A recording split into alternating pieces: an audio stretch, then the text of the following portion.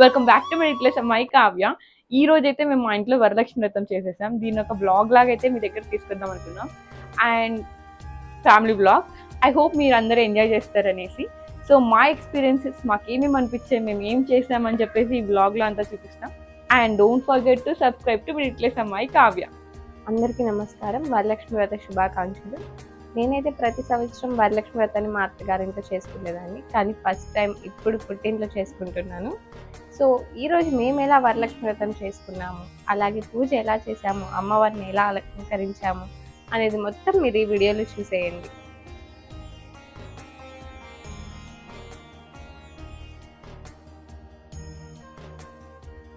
Hey guys, ఈరోజు అయితే వరలక్ష్మి వ్రతం అనేసి మాకు హాలిడే ఇచ్చారు. మా సిస్టర్ ఎప్పుడు వాళ్ళ అత్తగారి ఇంట్లో చేసుకునేది వరలక్ష్మి వ్రతం, ఈసారి మన ఇంట్లో చేసుకుందాం అనేసి చెప్పింది. సో మా సిస్టర్ చేస్తుంటే మనం కూడా హెల్ప్ చేయాలి కదా వర్క్లో. సో అలా నేను వర్క్లో హెల్ప్ చేశాను, మీరు కూడా చూసేయండి. The best part of Varalakshmi Vratam is it's like somehow different. అంటే మేము ముగ్గురం కలిసి ఎప్పుడు ఇలా పూజలో ఇది చేయలేదు. ఎప్పుడు ఆ మమ్మీ చేస్తుంది, మేము కూర్చొని ఫుడ్ తింటూ ఎంజాయ్ చేస్తూ ఇలా ఎప్పుడు ఫెస్టివల్ జరిగేది. But the best part is మా చెల్లికి అసలు వంట చేయడమే రాదు. దద్దోజనం చాలా బాగా చేసింది, నాకు చాలా బాగా నచ్చింది. అండ్ పరమాన్నం కూడా చాలా బాగుంది. మొత్తం పూజ ప్రాసెస్ నాకు చాలా బాగా నచ్చింది.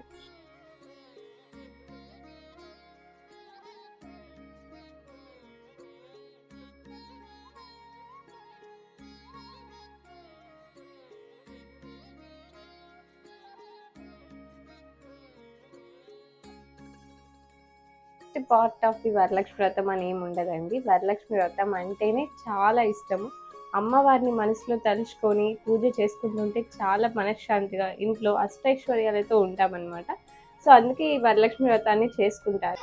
వరలక్ష్మి పూజ చేయడం అంటేనే అది చాలా చాలా అదృష్టం అనమాట ప్రతి ఆడపిల్లకి.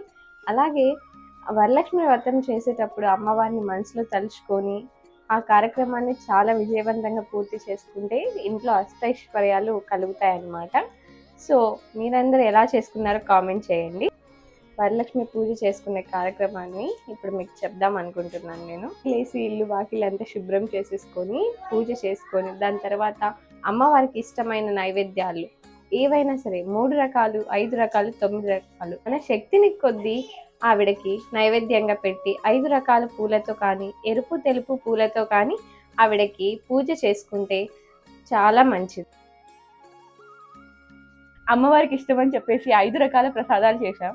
అందులో పులిహోర, దద్దోజనం, పరమాన్నం అండ్ అలాగే శనగపప్పు, పంచామృతం ఇవన్నీ చేసుకున్నాం అనమాట. ఇవన్నీ చేసి అమ్మవారికి నైవేద్యం అయితే పెట్టామన్నమాట. నేనైతే దద్దోజనం చేశాను, అది ఎలా చేయాలనేసి మా సిస్టర్ నాకు గైడ్ చేశారు.